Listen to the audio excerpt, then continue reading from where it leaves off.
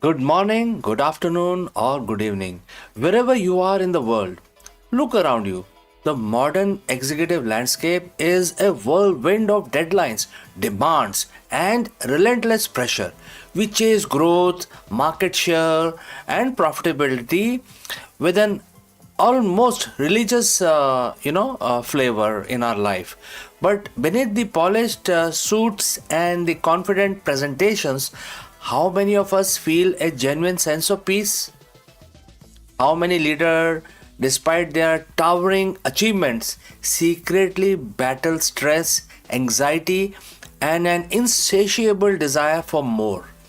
Today, we are going to step away from the latest business bestsellers and the leadership gurus.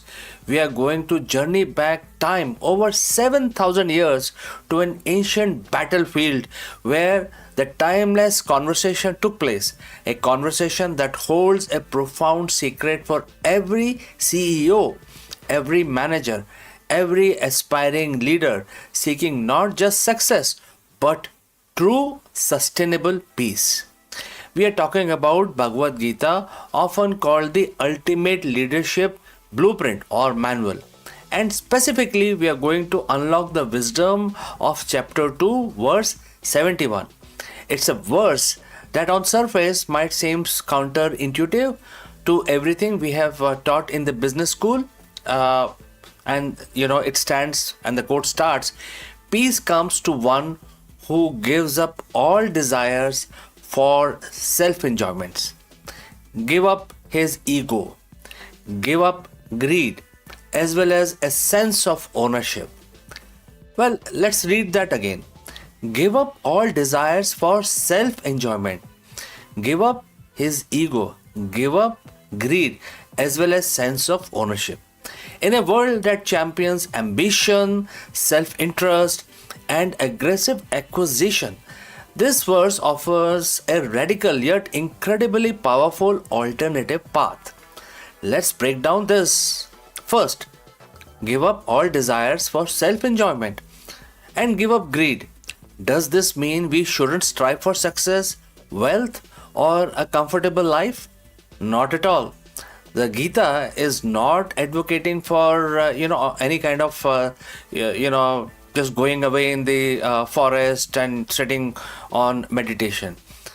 Well, and it is also not telling you to not participate in the boardroom. Instead, it's about the motivation behind your actions. Think about it.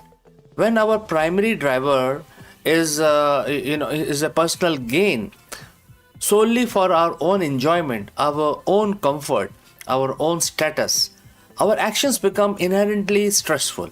We constantly keep comparing and protecting, constantly fearing any loss. This breeds anxiety, scarcity, and different kind of mentality and often unethical behavior. Imagine a CEO driven only by a size of their bonus or the glory of their name in the headlines.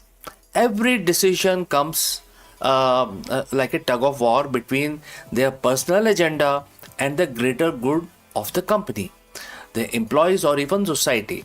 The Gita suggests the true peace and paradoxically often greater success comes when we elevate our purpose beyond mere self gratification.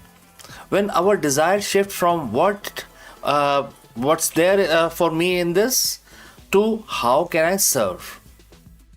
Next, and perhaps most challenging for many leaders, is the next portion of this verse, which is giving up ego. The ego that is a powerful sense. I am the doer. I am in control. I know best. And it can become, formidable obstacle to growth and peace. In leadership, any unchecked ego can manifest as first, inability to delegate effectively. No one can do it as well as I can, so then you don't want to delegate to your team, even though you have an excellent team. Second, resistance to feedback. They don't understand my vision at all. I am the best. And you stop taking feedback. Third, micromanagement. Because the ego demands control over every detail. You want to be there everywhere. And I'm sure we have all seen such people, our bosses as well as our juniors. Fourth, blame culture. When things go wrong, the ego protects itself by pointing fingers. The ego might fuel initial success, but it almost always hinder long-term sustainable leadership. When a leader operates from an ego-free space, they become facilitator and enabler. They listen more and empower more and truly collaborate. They don't fear being challenged because their identity isn't tied to always being right. This humility doesn't diminish their authority, it enhances it, earning respect and fostering a truly engaging team. Finally, giving up a sense of ownership. This is perhaps the most revolutionary concept for a modern executive. We are taught to own our projects, own our results, own our failures, and especially own our companies. But the Gita asks us to consider a deeper truth. What do we truly own? Our wealth? Our position? Even our lives? All of this is temporary, don't you think? When we cling to sense of absolute ownership, we become enslaved by it. We become possessive, fearful of loss, and unable to adapt to change. For the ego-free executive, which is free from ownership, the ownership transformation into stewardship happens. You're not the ultimate owner, but a temporary guardian, a steward responsible for the well-being and growth of the organization, its people, and impact on the world. The perspective frees you from a crippling fear of losing what you own and empowers you to make more decisions that serves the highest good rather than just protecting the perceived assets. It creates a culture of shared responsibility where everyone feels they have a stake because the leader isn't hoarding the sense of mine. So, what is the ultimate payoff for embracing this ancient wisdom? This isn't just about personal inner calm. It reverberates throughout the entire organization. An ego-free executive makes clearer, less biased decisions, unclouded by personal desires or fear of criticism. Fosters a culture of trust and collaboration because their teams feel empowered, not controlled. Inspire loyalty. Employees feel valued and part of a larger purpose, achieve sustainable growth built on services, ethics, and collective effort, not just aggressive self interest. Experience genuine work life balance. The constant internal struggle and attachment to outcome diminishes, allowing for mental freedom. This isn't about being passive or lacking ambition. It's about channeling ambition for a higher purpose, leading with wisdom, and finding profound peace in the process.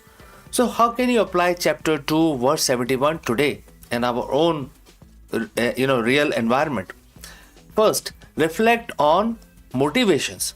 Are you primary driver or primarily driven by self enjoyment? Or there is a broader purpose? Ask yourself.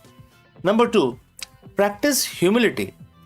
Actively seek feedback, empower your team, and admit when you don't know. People have this problem, they don't know how to say no. We all know that, right? So, this is something which you have to do actively. Number 3, shift from ownership to stewardship. View your role as a temporary guardian responsible for well-being of your organization, your group, your team, etc. Number 5, meditate on detachment. Understand that while you strive for results, your peace doesn't depends entirely on them. There are other things in life. The journey to become an ego free executive isn't easy, but it promises not just external success, but the invaluable gift of inner peace, a peace that radiates, transforming your leadership, your team, and your entire organization. Friends, what do you think about this? Thank you for joining on this exploration of an ancient wisdom for modern times. May your leadership be guided by purpose, humility, and profound peace. And I will catch you again very soon in the next one.